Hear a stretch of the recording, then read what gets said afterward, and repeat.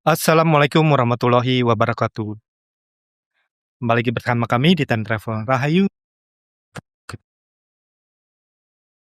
Time Travel. Nah, ini enak nih kita syutingnya. Di biasanya kita di studio ya. Studio studio juga outdoor nggak apa-apa, tap memberi warna yang baru, enak buat kita ngobrol.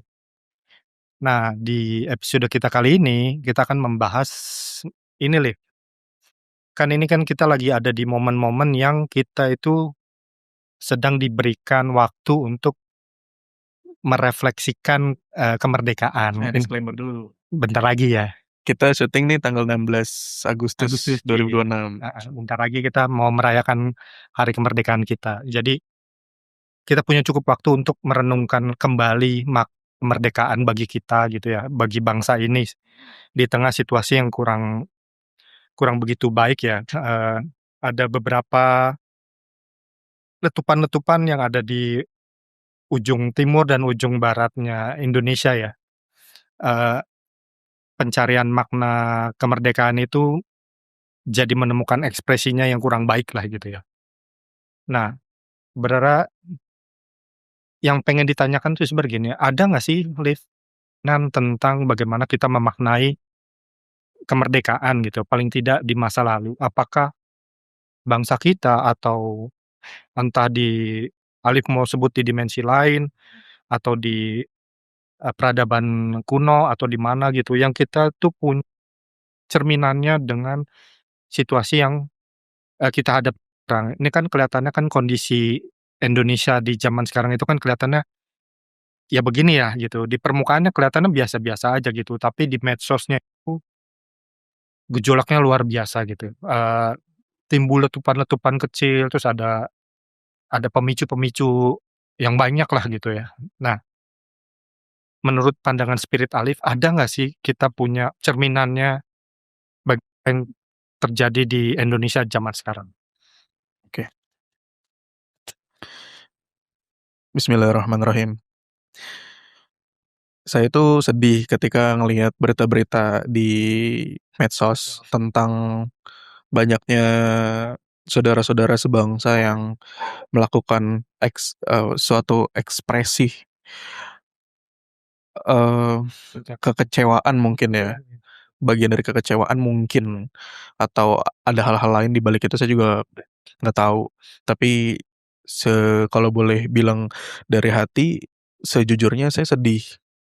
Waktu saya ngelihat lagi-lagi kita syuting nih tanggal 16 Agustus 2026, artinya besok adalah 17 Agustus, hari proklamasi hari kemerdekaan kita, HUT RI, yang ke-81. Tapi di hari-hari sebelumnya, di bulan Agustus itu ada ya itu fenomena-fenomena yang teman-teman pasti tahulah, berseliweran di sosial media. Momen-momen saya ngelihat video-video itu, akhirnya saya coba ngerenung, saya coba, apa ya, berefleksi, doa, barangkali ada suatu kisah atau mungkin, eee, pesan dari tokoh-tokoh masa lalu. Sampai akhirnya di satu waktu, sebelum syuting ini dimulai, beberapa waktu sebelum syuting ini dimulai, ada beberapa tokoh luhur yang dari masa lalu itu menyampaikan cerita-cerita di masa lalu yang saya rasa bisa jadi sebuah pengingat atau ya sekedar cerita untuk mengambil hikmahnya. Pertama, saya bertemu dengan salah satu tokoh masa lalu. Beliau, seorang kakek yang sangat bijaksana dan saya tanya ke beliau bahwa, "Eyang, bagaimana Eyang melihat kondisi masa kini?" Uniknya beliau cuman diem, Mas, diem aja, terus senyum tipis. Habis itu saya nggak berani ngerespon, nggak berani nanya apapun lagi. Oke, kemudian yang kedua, eee, setelah setelah beliau begitu, akhirnya beliau mengajak untuk melihat situasi, ada sebuah kisah di era Mojopahit. di era Majapahit masa lalu, di mana pada saat itu yang terlihat banyak banget kejadian yang, eee, bisa saya bilang kalau dilihat dari permukaan tuh kayak baik-baik aja, Mas. Sorry sorry, maaf, kan kalau era Majapahit tidak banyak ya, Iya, betul. keemasannya juga kan di ayam U eh, Kemasan di Hayam Wuruk ya, iya, dan patinya Gajah Mada. dan betul kemana. Tapi ada juga era-era yang kurang baik ya, Hmm.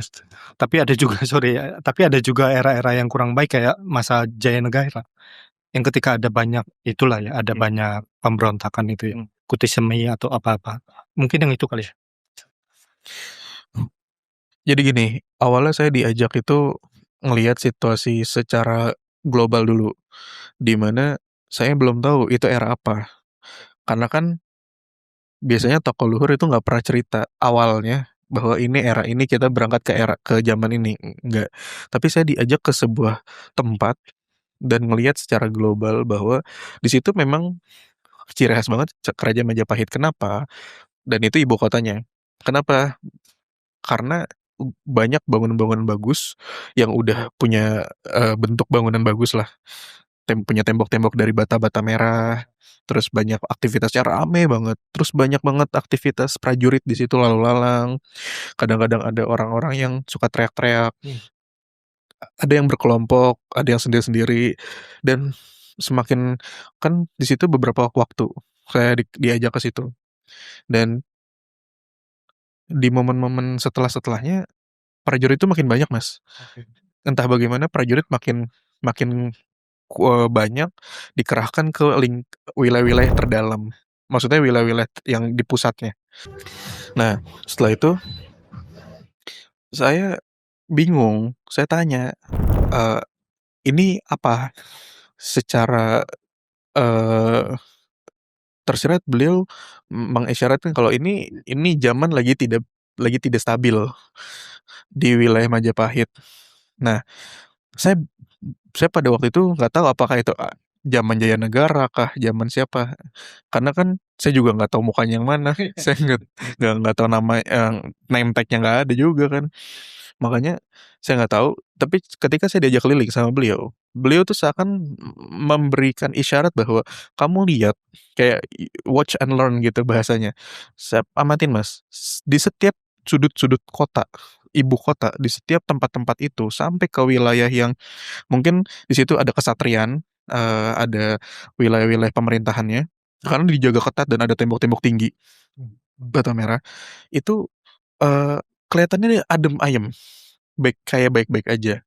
Tapi ternyata ketika saya amatin pergerakan orang dari waktu ke waktu di beberapa tempat, ternyata kayak ada yang aneh, mencurigakan.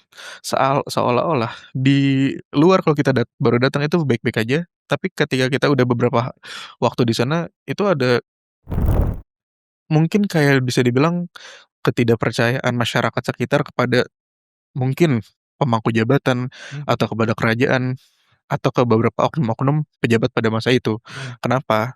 Karena dari selintingan-selintingan informasi yang terdengar dan diceritakan oleh, yang mengajak saya, beliau mengatakan kalau era ini adalah era yang sedang tidak stabil.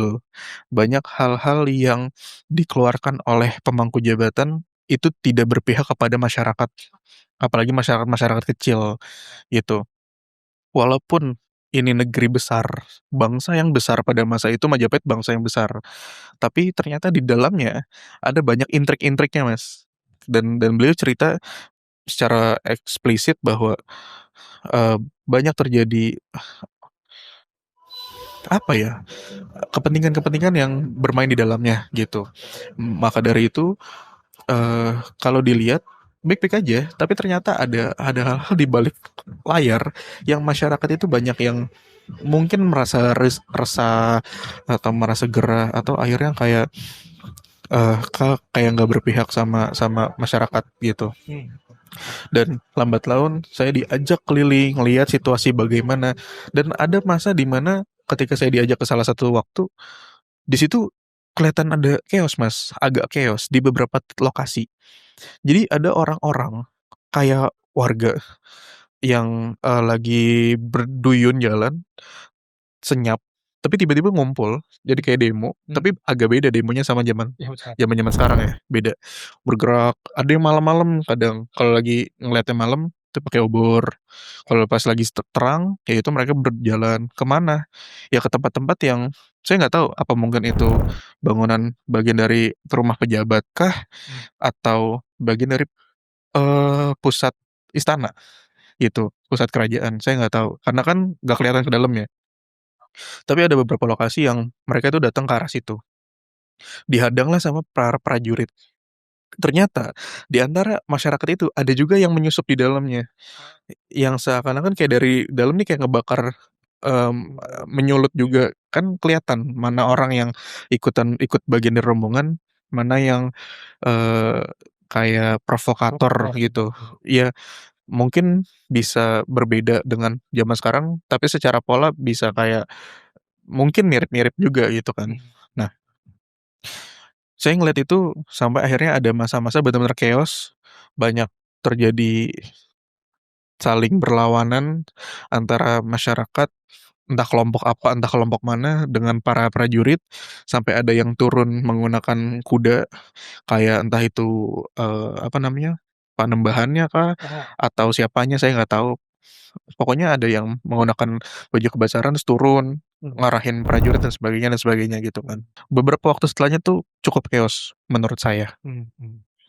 Lalu setelah itu beliau cerita, beliau yang ngajak saya cerita kalau di zaman ini, di era ini, ada beberapa pihak dari internal yang berusaha untuk, menggoyang kedaulatan bangsa, kedaulatan negeri dengan cara macam-macam.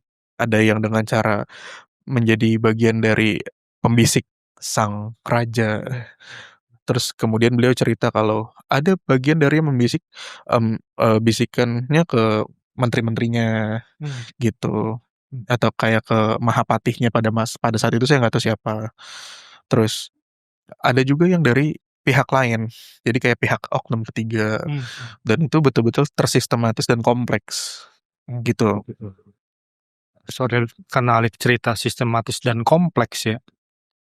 Karena di beberapa media sosial itu, jauh sebelum hari ini pun sudah banyak disuarakan melalui karya-karya kreatif lah ya, ada lewat musik, ada lewat memes atau apalah ya, macam-macam lah ya, dan kesana kan kayak kalau tadi Alif bicara, oh ternyata juga dulu ada hal-hal yang terlihatnya seperti sistematis gitu kan.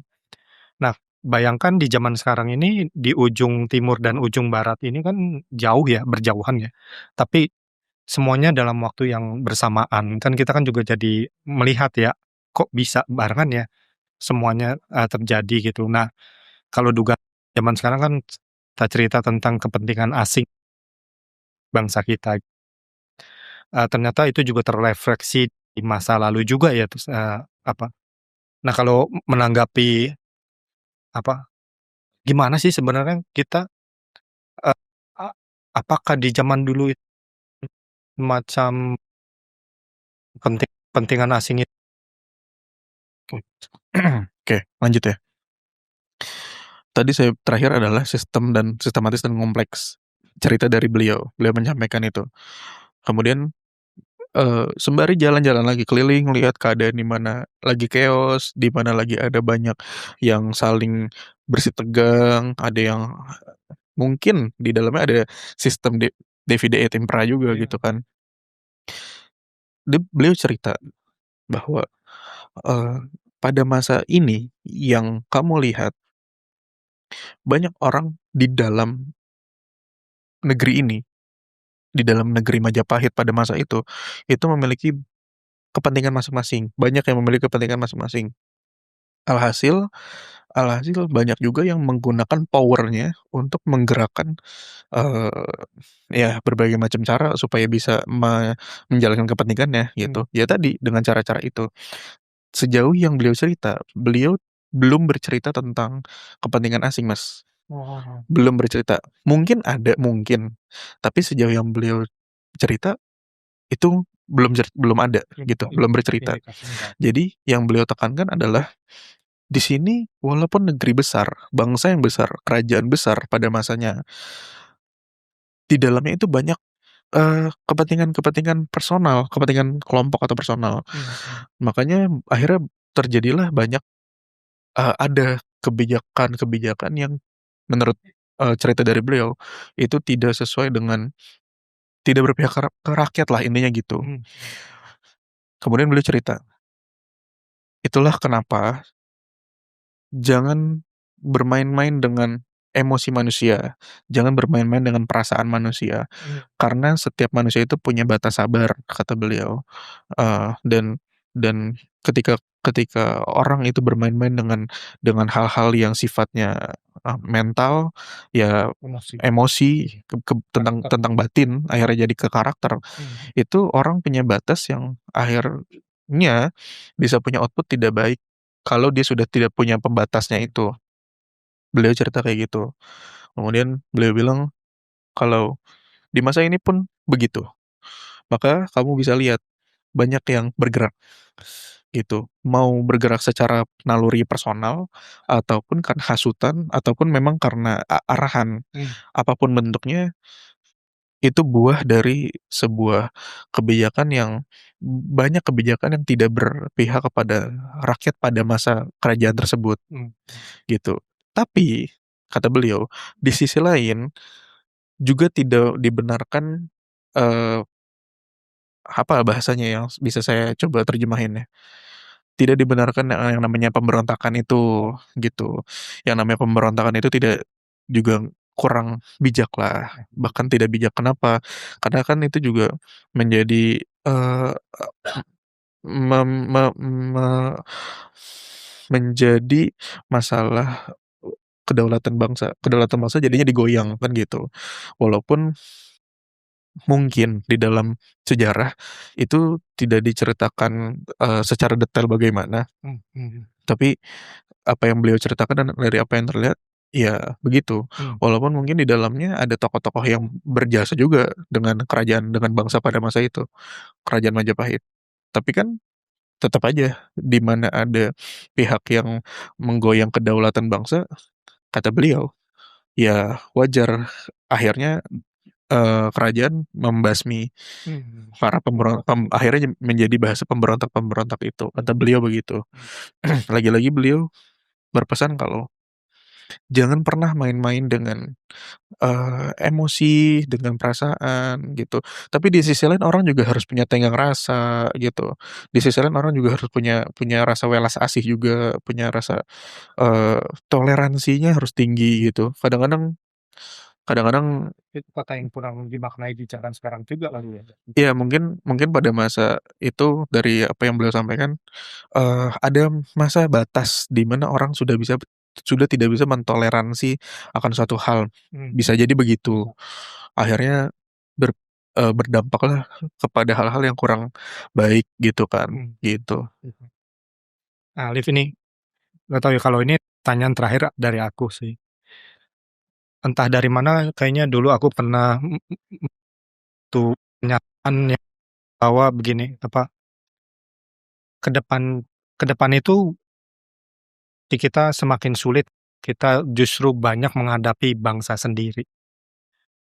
Kan lama dengan time travel, jadi kalau ngomong bangsa itu jadi kayak, oh, kita ngadepin sesama manusia nih, belum ngadepin alien, belum ngadepin bangsa naga atau yang lain lah gitu.